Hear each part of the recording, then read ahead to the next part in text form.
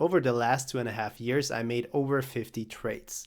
Nvidia, AMD, ASML, Alphabet, Palantir, Hims and Hers, PayPal, Pfizer, Lithium Americas, Amazon, Visa, AstraZeneca, Japanese trading houses, a Swiss biotech, a silver ETF, and an energy ETF. I was busy and I felt like I was doing something. I want to show you exactly what that activity actually produced in Swiss francs compared to doing nothing. Because the number is uncomfortable, and I think it's the most useful thing I can share with someone who is just starting to invest. So when I first started investing, I did the right thing. I opened a DEGIRO account, bought a globally diversified index ETF, and started contributing monthly. That lasted about 3 months. Then the market started moving. Individual stocks in my feed were up 20%, 40%, even 80%. And I was sitting there watching my MSCI World ETF go up 7% a year, while Nvidia was doubling. It felt wrong, and I felt like I was leaving money on the table. So I started buying individual stocks. Just one or two at first, and then more. And then I had a watch list of 30 companies. I was reading earnings reports, watching charts, checking my portfolio before bed. And I told myself I was doing research. I was being analytical, I had an edge, and I understood technology. I understood chemistry companies, and I understood the macro environment. The data had a different view. Now let me show you exactly what happened. Over 2.5 years, my realized gains from individual stock trading came to approximately 5,800 Swiss francs. That includes Nvidia, 709 Swiss francs, Hims and Hers, 1,212 across 2 trades, Alphabet, 548, ASML, 416, Rheinmetall, 342. Those are real gains. Some of them felt excellent at the time, but there's a pattern buried in almost every single one of those trades. And it's the same mistake repeated over and over. I sold too early.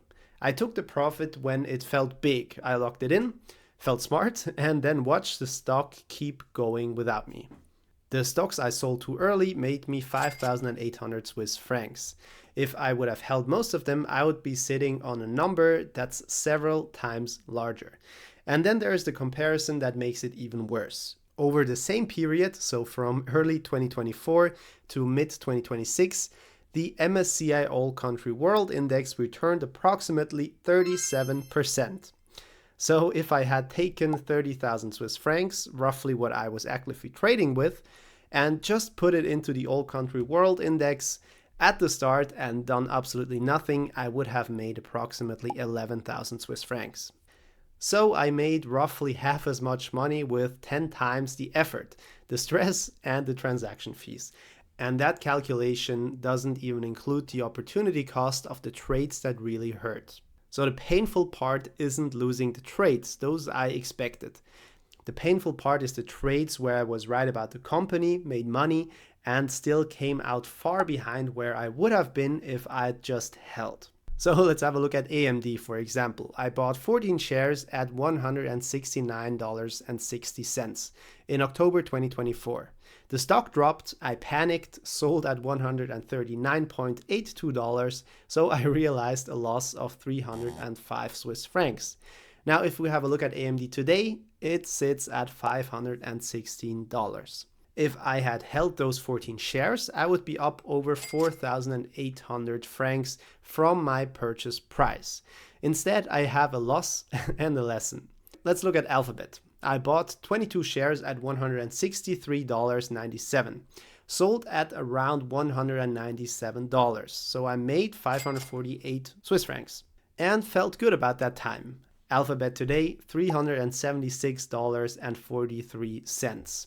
I left approximately 3,900 Swiss francs on the table. So I sold a company I genuinely believed in just because the position had gone up and I wanted to lock in the profit. And this is exactly the core problem with individual stock investing that nobody actually talks about clearly enough. Buying is easy. You do the research, you find a company you believe in, you pull the trigger, but holding is the actual skill. And it is psychologically brutal. Every time a stock doubles, your brain screams, take the profit, something could go wrong. Every time it drops 20%, your brain screams, get out before it gets worse. Both reactions cost you money. The investors who actually beat the market over decades are the ones who buy something they deeply understand and then do almost nothing. And most people, including me, cannot make themselves do that. So here's what nobody tells you about stock picking. It is designed to feel like a skill. When Hims and Hers went up 160% and I sold near the top, I felt like a genius. I had spotted something the market hadn't, and I had done the research, and I was beating the system. The problem is that in a bull market, which we were in for most of the period, almost everything goes up.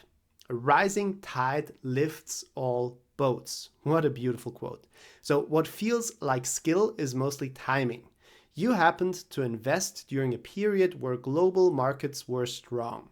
The test of skill isn't whether you made money in a bull market. The test is whether you made more money than you would have made doing nothing. I didn't. So stock picking is psychologically identical to a casino. The wins feel like skill, the losses feel like bad luck, and the house, and in this case this is the market, consistently wins over time because you're paying transaction fees, reacting emotionally, and competing against professional fund managers who still can't beat the index. Speaking of which, I want to give you one data point that I think should end this debate. So every year, the S&P Global publishes the SPIVA scoreboard, a report that measures how actively managed funds perform against the benchmark index. These are not amateurs. These are professional fund managers with teams of analysts, Bloomberg terminals, and decades of experience. Their entire job is to beat the market. So over the 15-year period ending December 2024, not a single category of active fund managers had a majority outperforming their benchmark. So 0 out of 22 categories, and specifically 90% of large cap active funds underperformed the S&P 500 over that period. So if 90% of professionals with full-time resources can't beat the index, what are the odds that I, checking my phone between lab shifts, can do it consistently over 20 years? The answer is obvious when you state it that way. But I want to be honest about something. I haven't stopped holding any individual stocks entirely. I still hold KKR. I have a small speculative position. I'm human and I enjoy following individual companies, and I have accepted that about myself. But here's what changed fundamentally. So first, the core of my portfolio is now a globally diversified index ETF. Everything else is a small tilt on top of that foundation, never the other way around. Second, I no longer measure success by how exciting a trade was. I measure it by whether I'm compounding steadily toward my actual goal. A boring 37% over 2 years in an ETF beats a roller coaster of stock picks that netted half that. And third, the psychological cost of active trading is real, and it doesn't show up in your P&L. The time spent researching, the anxiety when a position drops, the regret when you sell too early, that cost is invisible in the numbers, but it affects every other part of your life. Trading is fun and wealth building is boring. They are not the same thing, and I had to confuse them for 2.5 years and 50 trades before I really understood the difference. If you're currently in the same position I was, buying individual stocks in a bull market and feeling like you have cracked the code, I'm not telling you you're wrong. I am telling you to run the comparison. Add up what you actually made and then calculate what you would have made putting that same money into an all-country world index and doing absolutely nothing.